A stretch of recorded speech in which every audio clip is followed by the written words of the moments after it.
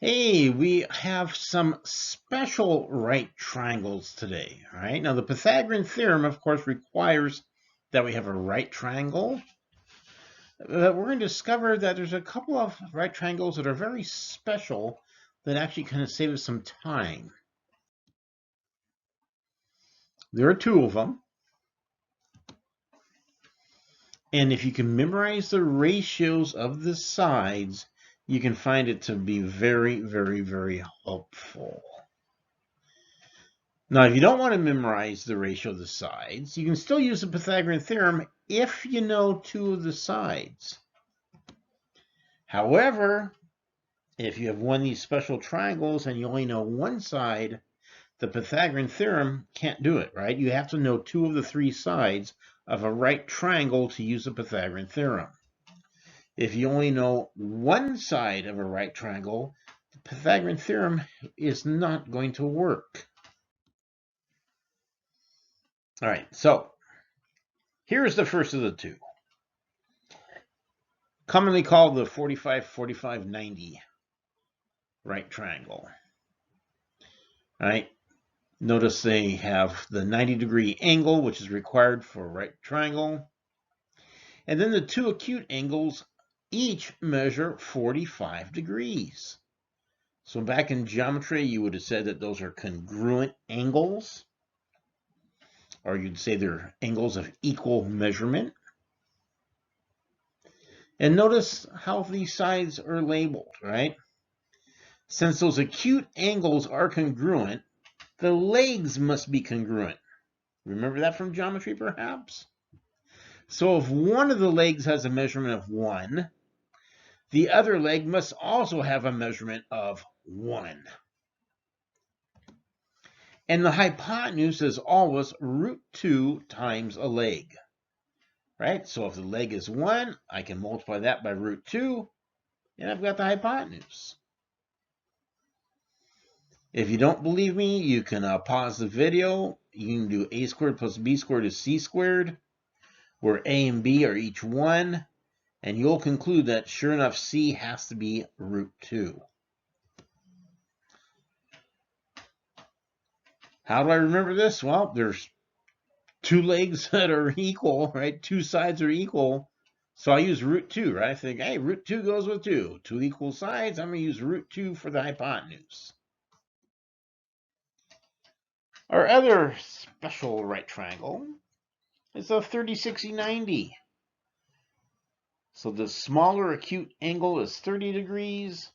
The larger acute angle is 60 degrees.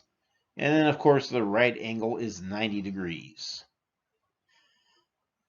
If you're wondering how we know for certain that the hypotenuse is twice the length of that shorter leg that's across from the 30 degrees, this was a 60-60-60 equilateral triangle where all three sides are the same length, and then we just cut it in half. So one of the 60-degree angles is now just 30 degrees. And while every side started with a length of 2, when we cut it in half, one of those sides got cut in half, so half of 2 is 1. Right? Shortest side, also known as the shorter leg, must be opposite the smallest angle, 30 degrees. And then what I often call the medium size leg, or the medium size angle, right? Because it's not the largest, it's not the smallest. The longer leg has to be opposite the 60-degree angle. And it's always √3 times the shorter leg. So if I know the short leg, I can multiply by the square root of 3, and I get the long leg. Hypotenuse is always 2 times the shorter leg. Again, that's because we started with the equilateral triangle, and we cut it in half. Right, so that shorter leg is always half the hypotenuse. And instead of saying, hey, 2 equal sides, I got to think about √2, here I'm like, whoa, I got 3 different sides. I got to remember √3. Big difference though, notice the √3 is not the hypotenuse. right? Square root of 3 is about 1.7. 1.7 is less than 2, right? The hypotenuse has to be the longest side. 2 is greater than the square root of 3. All right, so it's the 1, 2 root 3, but I got to remember the hypotenuse is the 2. Okay, let's see how quickly we can go through this. Here is a right triangle. Ooh, it's a special one. It's a 30, 60, 90. I would like to know the length of each leg. Well, side A is obvious, right? I just look at the picture and say, hey, it's 12. Right? Opposite 30 degrees is 12. The next easiest one to do would be the hypotenuse, side C. I know that the hypotenuse is almost exactly 2 times the shorter leg. So, hey, 12 times 2 is 24. And then the one that's a little bit tricky, say, all right, if I know the short leg is 12, I multiply it by root 3, and so the longer leg would be 12 root 3. So side B, the side opposite the 60-degree angle, is 12 root 3. Ooh, another 30, 60, 90 right triangle. Again, I want to know all 3 sides. Well, here the easy one is side B, right? You look at the picture, it says it's 8 root 3. Now, if I multiply by root 3 to go from the short leg to the long leg, I have to divide by root 3 to go from the long leg to the short leg. So long leg divided by root 3 gets us the short leg. And here, it was quite easy. The root 3 is canceled. Short leg is 8. Hypotenuse, piece of cake. You just take the short leg and you just multiply it by 2. 8 times 2 gets us 16.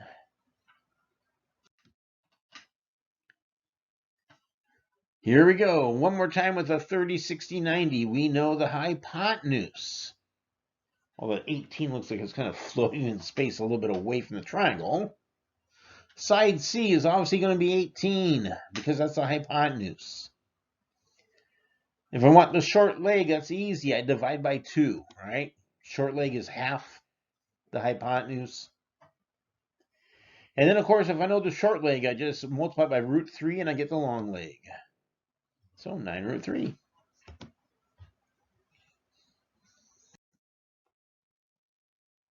Okay, now we're getting interesting. We know the long leg. The long leg is 6. How do I find the shorter leg? I have to divide by root 3. Oh my, what a kettle of fish we have here. 6 divided by square root of 3. Remember, mathematicians have agreed that we will not leave a radical denominator. We are allowed to multiply by the number 1, and we will disguise the number 1 as root 3 over root 3. Right? If you multiply by 1, you don't ever change the value.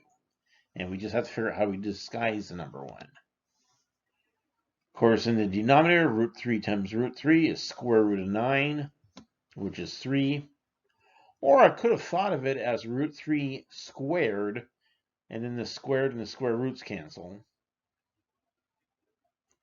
Hey, let me see, I got 6 root 3 over 3. Does this reduce, simplify? Well, yeah, 6 is 3 times 2. So yeah, I can reduce that fraction. So my answer is 2 root 3. Whew. Right, that's the lengthy one. If we got to divide by root 3 and we don't see a root 3 stuck on the number. Hypotenuse, piece of cake. Let's multiply this short leg by 2. So I got to do 2 times 2 root 3, and I end up with 4 root 3.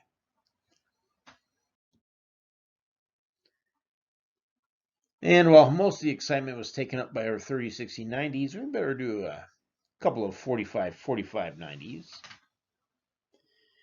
Well, let me see. I know which side. Well, I know side A, right? Because that's labeled with a 6. So one of the legs is 6.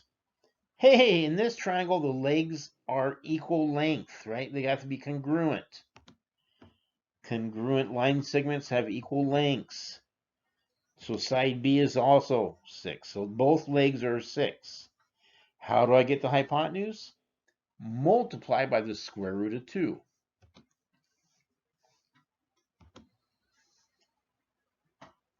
Again, if you don't believe that trick works, a squared plus b squared equals c squared. 6 squared plus 6 squared will get you 36 squared plus 36 squared. That adds up to 72. Square root of 72. Uh-oh, how do you simplify square root of 72? You make it square root of 36 times square root of 2, which becomes 6 root 2.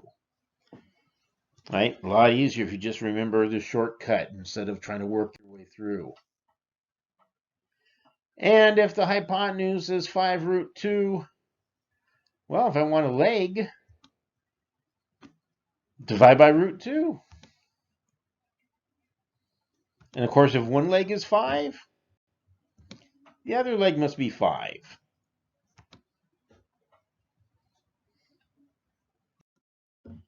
And then finally, the situation where we have to divide by square root of 2, but it's not a super obvious cancel, right? I'm like, okay, the hypotenuse is 14. If I want a leg, I got to divide by root 2. I can also multiply by the number 1 and not change a value. And I'll disguise the number 1 as root 2 over root 2. Of course, in the denominator, I just have a plain old 2 now. And 14 divided by 2 is just 7, right? So the leg is 7 root 2.